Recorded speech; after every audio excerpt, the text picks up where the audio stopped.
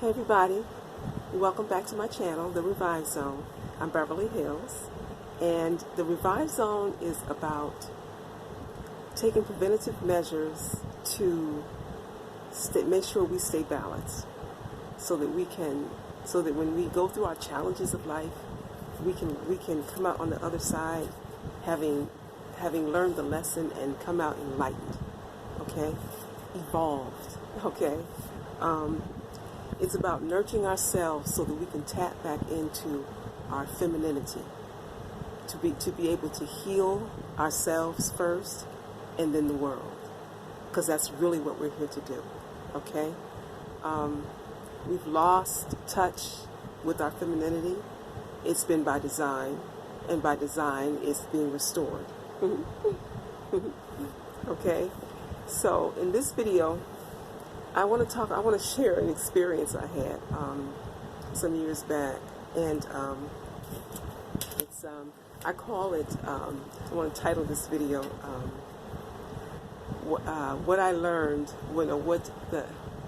how GPS forced me to trust the process. So, excuse me. Okay, so years ago, in 2017, I was homeless. I lived in my car for a solid year on the East Coast, and I was an Uber driver. So like by day I was an Uber driver, by night this was my apartment. Oh, it was too funny.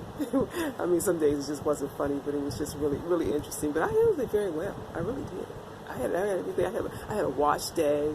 I had the day that I cleaned up, because I clean up like when I have a home. I clean up weekly. I clean my car weekly. I wash clothes. I had a wash day. Everything. I was very, very organized. Okay. But anyway, I was an Uber driver by day, and then at night I unpacked the trunk and make my bed up and all that stuff, right? And so I lived in Connecticut at the time, right? And Connecticut, if you know anything about Connecticut, it's a mountain. It's really pretty too. It's a mountain, and it's really the highest cost of living in the country, Fairfield County, right? And the reason why is because it's a mountain. And the areas, the flat areas where all the conveniences are, they literally had to carve through and make a flat surface to make things convenient. So naturally the cost of living is extremely high there, hence living in the car. But when you leave those developed areas, the ones that created the plain, where the shopping centers here, everything is convenient, and you don't have to be driving around mountains to get where you're going to go. When you leave those areas, you're driving around the mountains basically, and everything is, because the roads are kind of windy, so it wasn't a grid like here in most cities. You have a grid, like you have straight lines and squares. Connecticut's not like that. It's rolling, wavy roads and stuff like that. So as I'm driving the Uber, I would get the gig come through the app, and I would take it, and I would always start out in the plain areas, in terms of the developed areas where the grid was. Let me put it that way. And so as I'm driving, I'm going to different areas, and with every single ride, right, I would find myself panicking. Like, oh my gosh, am I going in the right direction? Because I'm leaving the grid, right? And so now I'm ending up on these winding roads with trees, and and the interesting thing about Connecticut, right? They had these little glorified streets. They looked like little wide sidewalks, but cars were supposed to go down there. That's up in the little mountainous areas, right? Or the hilly areas. They had the hilly areas and you had the mountain areas, right? And so every time, I would be on the grid. I'd get off the expressway or something. I'd be on the grid, and then it would take me down a turn, and here I am facing more trees and these little roads. It's like, I'm supposed to go down there. It doesn't even look like there's anything down there. Okay, so I keep driving. Now I can't turn the GPS off and say, well, I'll take my own route, because I don't know the area. I don't know the area at all. I have to stay GPS, and I have to finish this route. I have to trust the GPS. Okay, and so, but every single time, I turn the car, and then I would see it. It's like, wow. It's like everything just changed again, and I turn again, and here I'm back on the grid. And so that happened it happened every day until it didn't happen anymore, right? It happened for weeks, right? Weeks and weeks. And then one day I realized, it's like, look, you have, I didn't say it to myself, this is what I heard my guide saying to me. It's like, look, you have to trust the process. You can't turn off the GPS because you don't know the area, you don't know the terrain, you don't know it at all. And so your experience right now that you're in, living in the car, driving, the Uber driver by day, and then, the car is the apartment by night.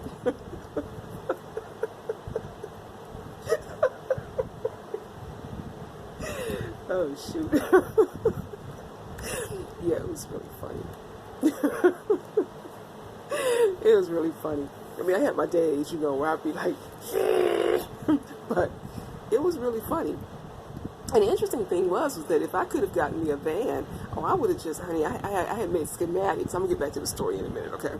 I had made schematics, I had on drawings of how I was going to trick a van out. And what I had planned to do, I said, well, I kind of like this, except for the fact I can't stretch my feet out at night when I sleep. If I can get a van, I could just live in a van, and I'd be on the road again. On the road again. I'd be like that, right? And so, but anyway, back to the GPS story. Okay, so as I that evening when after my guides, my ancestors had that conversation with me, I had that epiphany. I'm sitting in, I'm laying in the back seat of the car, right, and I'm thinking about that. And I realized, and I keep hearing, it's like, you have to trust this process. It just looks like you're in this car for no reason, and you shouldn't be here, but there's a reason.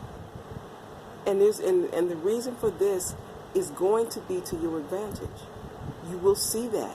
But before you can't see that from where you are right now, but you have to trust the process. And just like with the GPS, you couldn't turn off the GPS. I couldn't turn the GPS off and just say, forget the GPS. I'll just go do my own thing. Well, I didn't have my own thing to do because I didn't know the terrain, right? Such was the nature of my spiritual process. I couldn't just say, well, forget it, because I don't know, I don't see how this is going to work out. No, because I didn't have enough information to just say forget it. I had to trust the process, just like the GPS. Okay, so it was really interesting to me. So after it hit me that night, I was like, wow, that's deep. That's really deep. Google GPS taught me this serious spiritual lesson.